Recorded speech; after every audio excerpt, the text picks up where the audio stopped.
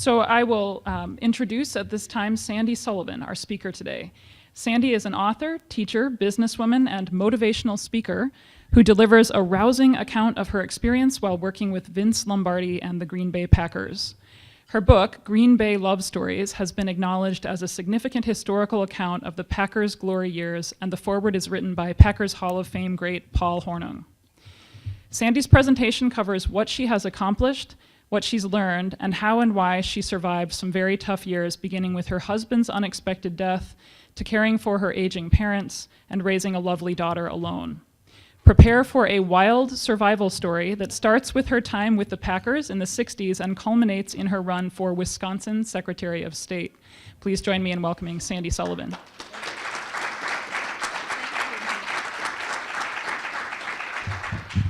First of all, I want to thank Andrea for inviting me, and thank you, Mr. President. And Milo, thank you. What a great, great, great, great story.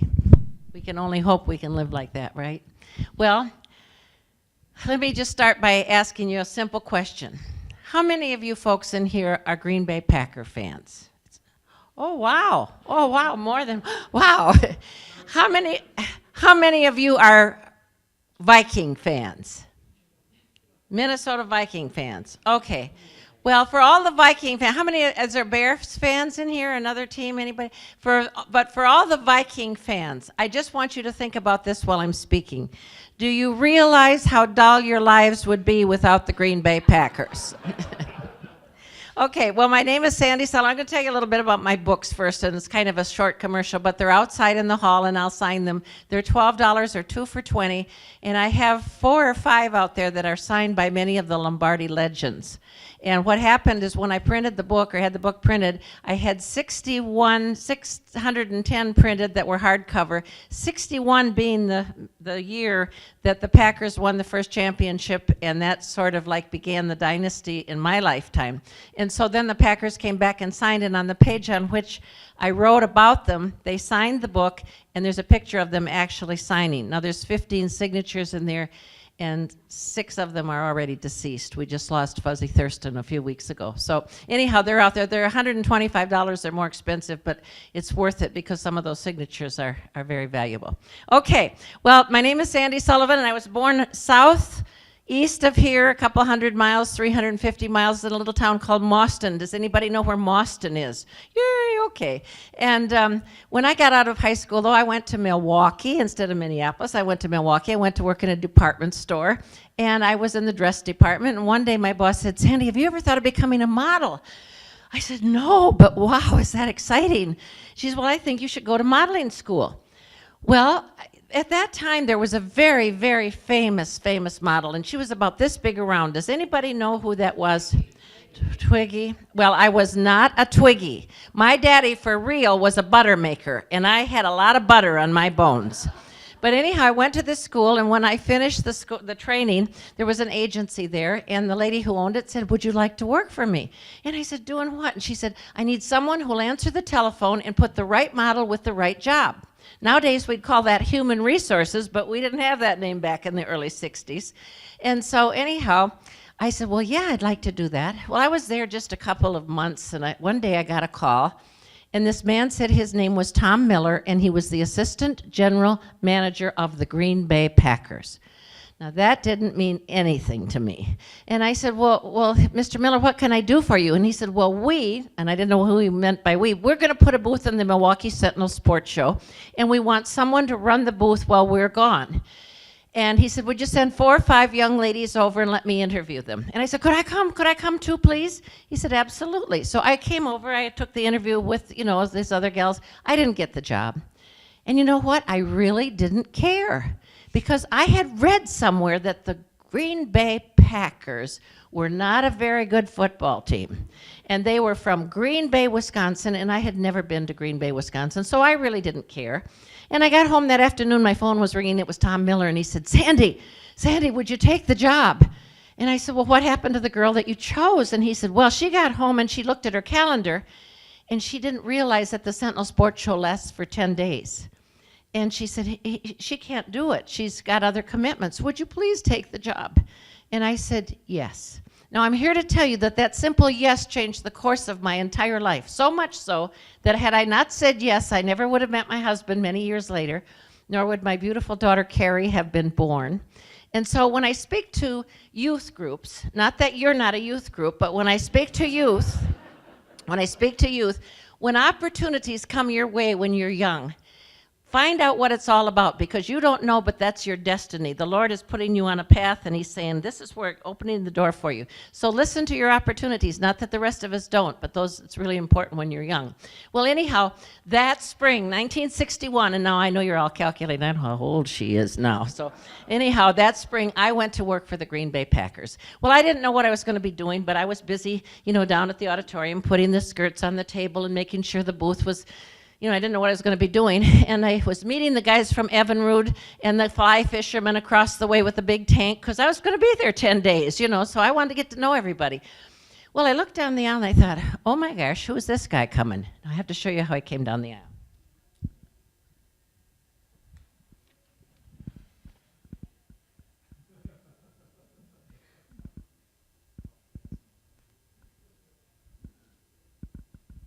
Hello, Sandy. I'm Vince Lombardi.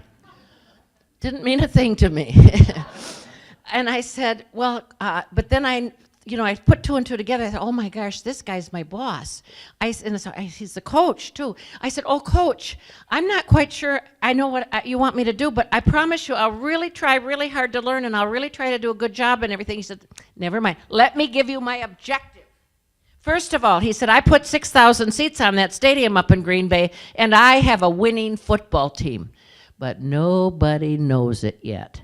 And he said, I want you to help me sell some season tickets. And I said, oh, okay, coach, but how do I do that? He said, well, we brought a television set here, and in it is what we call state of the art. And that's the first I'd heard that. State of the art, and it's an endless loop film.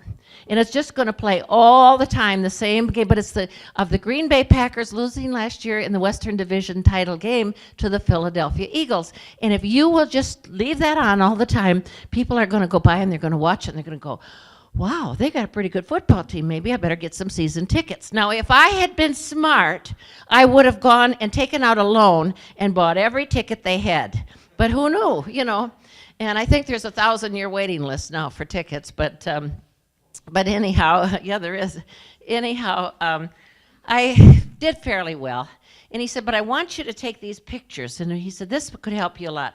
He said, these pictures are of my players, and they're in their jerseys, and it's got the number, and then the name is underneath, and the position they played. Now, he said, if you study that game, and you see, now, how many remember back in the early 60s when they had paint by numbers? Remember that? Okay. Well, I learned football by numbers because I memorized those names and those numbers of those players on those pictures. I mean, so much so that even to this day, if someone gives me a phone number, and let's say they say, call me at, let's say 865-6633. I don't have to write it down. I go, okay, I have to call him. Boyd Dowler, Paul Hornung, Ray Nitschke, Lou Carpenter. I knew them all by, now I'm really in trouble if no one wore that number though back in the 60s on their jersey. But anyhow, I memorized them really carefully. But I noticed that all the ladies, they would go down the hall or down the aisle, with their husbands or their boyfriends, and then they'd come back and they'd say to me, could I please have a picture of Paul Hornung? I said, Paul Hornung, what's with this Paul Hornung? They said, you don't know who Paul Hornung is? I said, no. They said, oh my God, he is so cute. Now when you're 19, cute, that got my attention. That really makes a difference. They said, oh, he's so cute. And he went to Notre Dame and he won the Heisman Trophy. And he's they call him the golden boy, but he's got these blonde curls and he's so cute.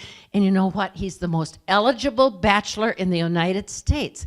I said, oh, well, I guess I better get to know this Paul Hornung a little bit. Well, I was hoping Paul Hornung would show up, at the sports show. Lombardi came every 2 days, and I'll never forget. He told me never to forget, so I'm here to give testimony. He said, I want you to remember this, Sandy.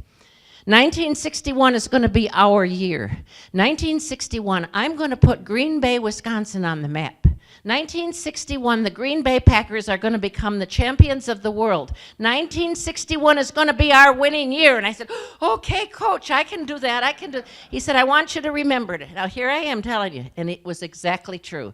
That is what happened. 1961, New Year's Eve, they won the championship. They became the champions of the world. They beat the New York Giants, much to the pleasure of Vince Lombardi, who had left the Giants. They beat them 35-0, and they tore down the goalposts in the whole big town. It was a hot time in the old town, you know, and it was wild. Well, anyhow, I wanted to be in Green Bay all the time through those years, but getting back to Paul Hornung, I kept hoping Paul Hornung would show up, and he never did. Well, 2 weeks later, I was modeling in a restaurant in downtown Milwaukee, and all of a sudden, the owner of the restaurant said, Sandy, come on over here. I want you to meet these fellows. He said, Sandy, this is Rocky Marciano, the heavyweight champion of the world, and this is Paul Hornung. Well, I barely gave Rocky the courtesy of a nod. I mean, I went right to Paul Hornung. I said, oh, Paul, guess what? I worked for your boss a couple weeks ago, and he told me 1961 is going to be your year. 1961, he's going to put Green Bay on the map. 1961, you're going to be the champions of the world. 1961 is your year. He said, hey, what are you doing tonight? I said, why? He said, would you like to go out with me? Oh, I said, yes, I would. Yes, I would. Well, I went out to dinner with Paul Hornung, and did I think I was somebody? I mean, I called home. I told everybody that I was dating Paul Hornung. Until about a week later when I found out that he was dating the immediate nation also. Well, anyhow, but Paul would say to me, Kay, listen, I don't know if I'll get to see you. The old man is really on our case, and we're supposed to win this championship, and they've got early curfew, and he watches us like a hawk. But bring all your girlfriends up to Green Bay, and I'll leave tickets for everybody. So boy, oh boy, I would pack all my girlfriends. We had 2 or 3 cars. We'd go up, and I'd have all the tickets would be there. And oh, we had so much fun. And quite honestly, it was the place to be in Wisconsin. You know, it was right when everything was happening. And oh, those boys were so beautiful. I mean, they were 6'4" and handsome, and I wanted to be in Green Bay all the time. And we had a hard time many days getting back to work on Monday morning, believe me. But anyhow, I wanted to be there. Well, one day, I met Jerry Kramer. Some of you may know who Jerry Kramer is. And Jerry sat me down. He used to come down and hunt with my dad. So he said, you know, Sandy, he said, you need to go to college. I said, do I have to? I mean, I was having just too much fun. He said, yes, you have to get an education. You have to go to college. Well, anyhow, I realized that I was like 23 years old. I thought I was too old to get started in Madison. And so I ended up going to the university in Stevens Point.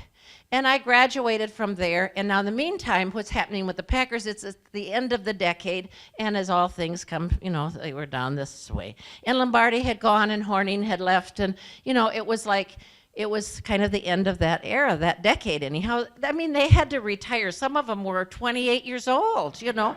And so anyhow, so when I finished college, though, I thought, well, maybe I should go on. Maybe now that I'm smart, that I've got the, and I'm really smart now, see? So I'll go down to Madison and get my master's degree. Well, I went down and enrolled in a program. I picked the worst time I could go to school in Madison, Wisconsin, the early 70s. Does anybody know why?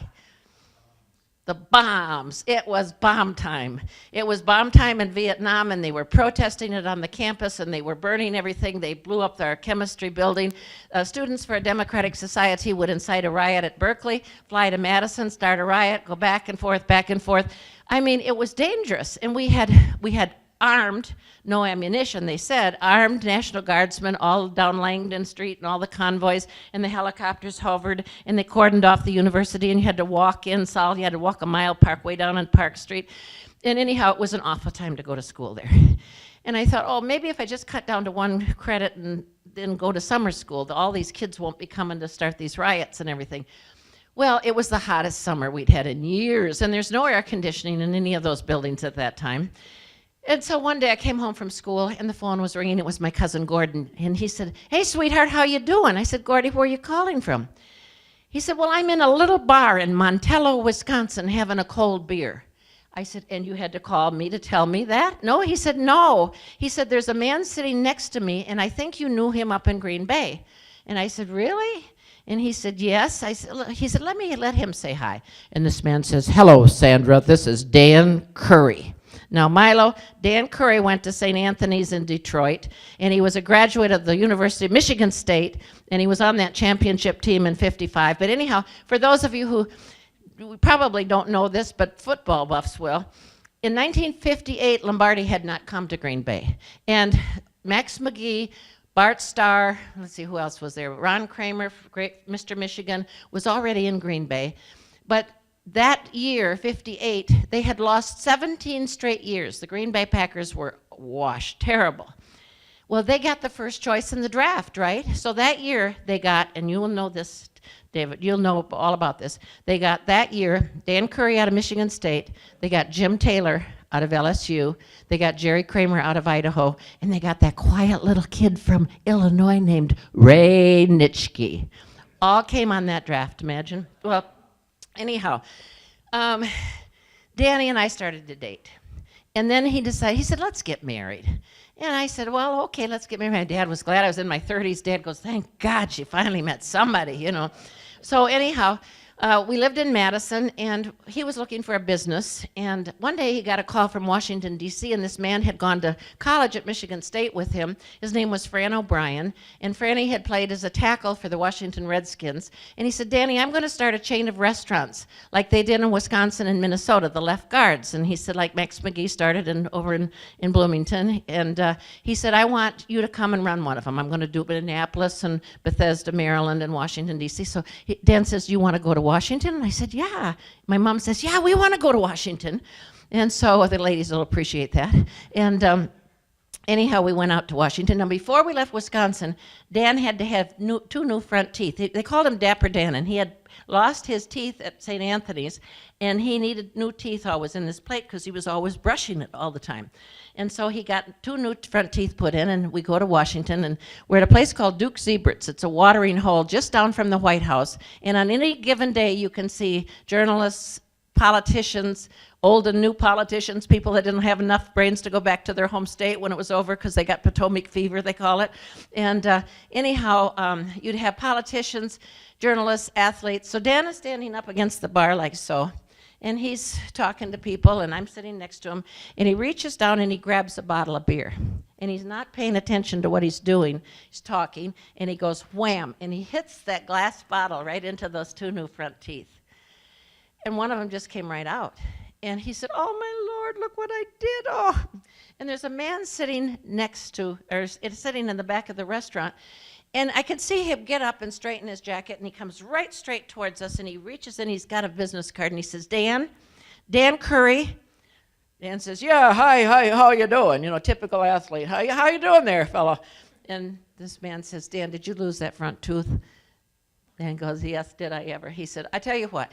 He said, Danny, I know who you are because I'm the dentist for the Washington Redskins.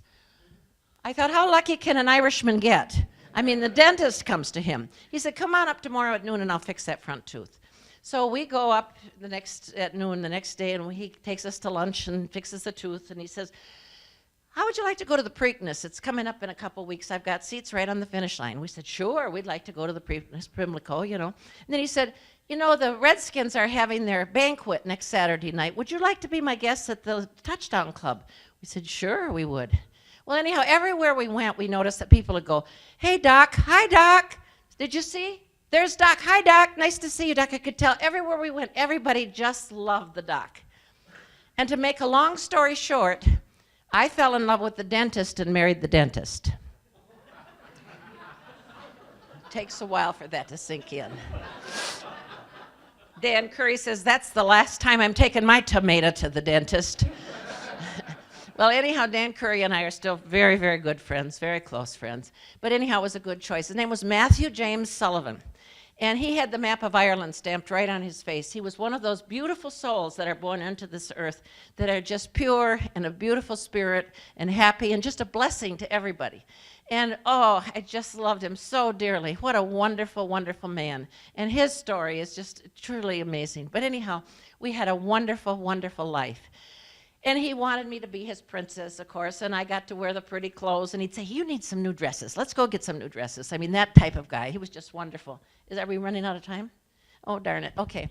So anyhow, one day, I'm really sorry about that. One day, my husband came home. It was, he said, I got to catch my train of thought here.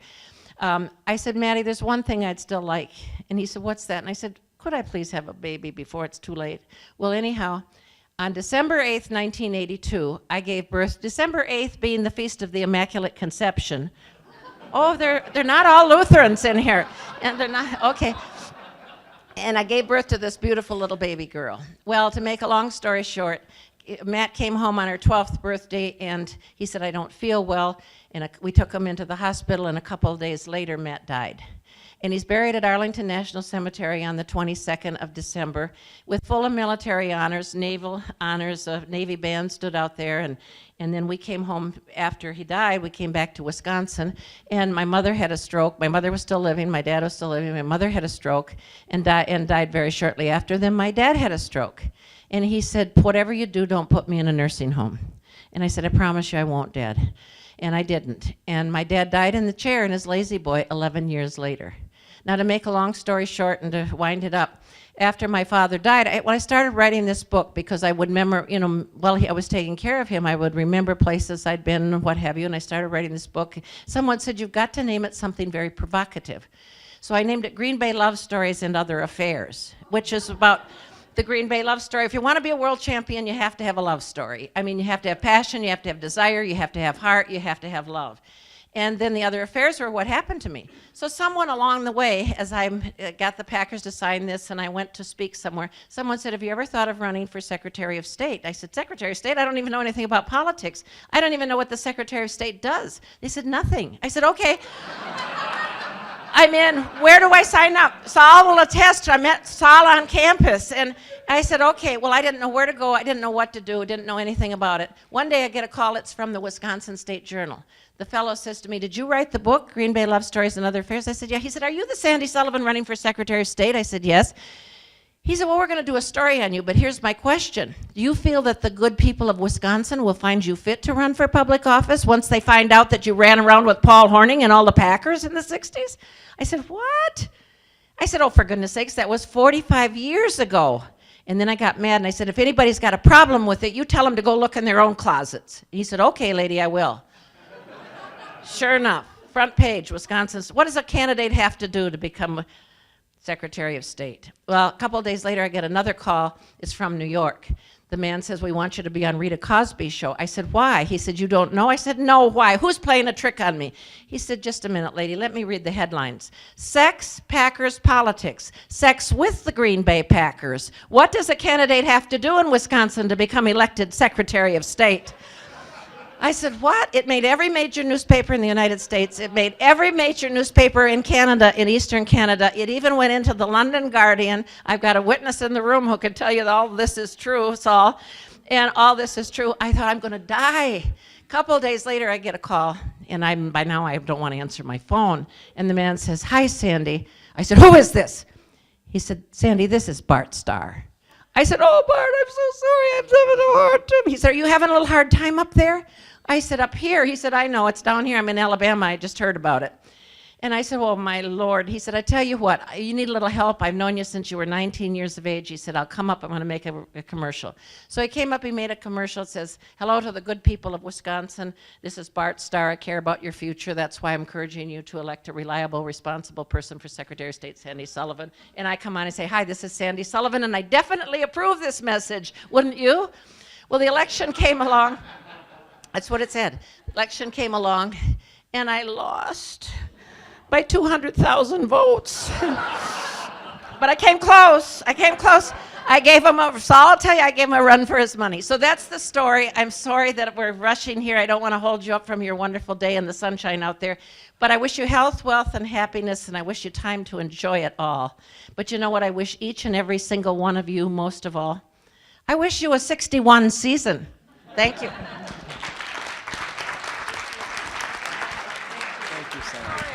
Oh, that's all right. That's all right.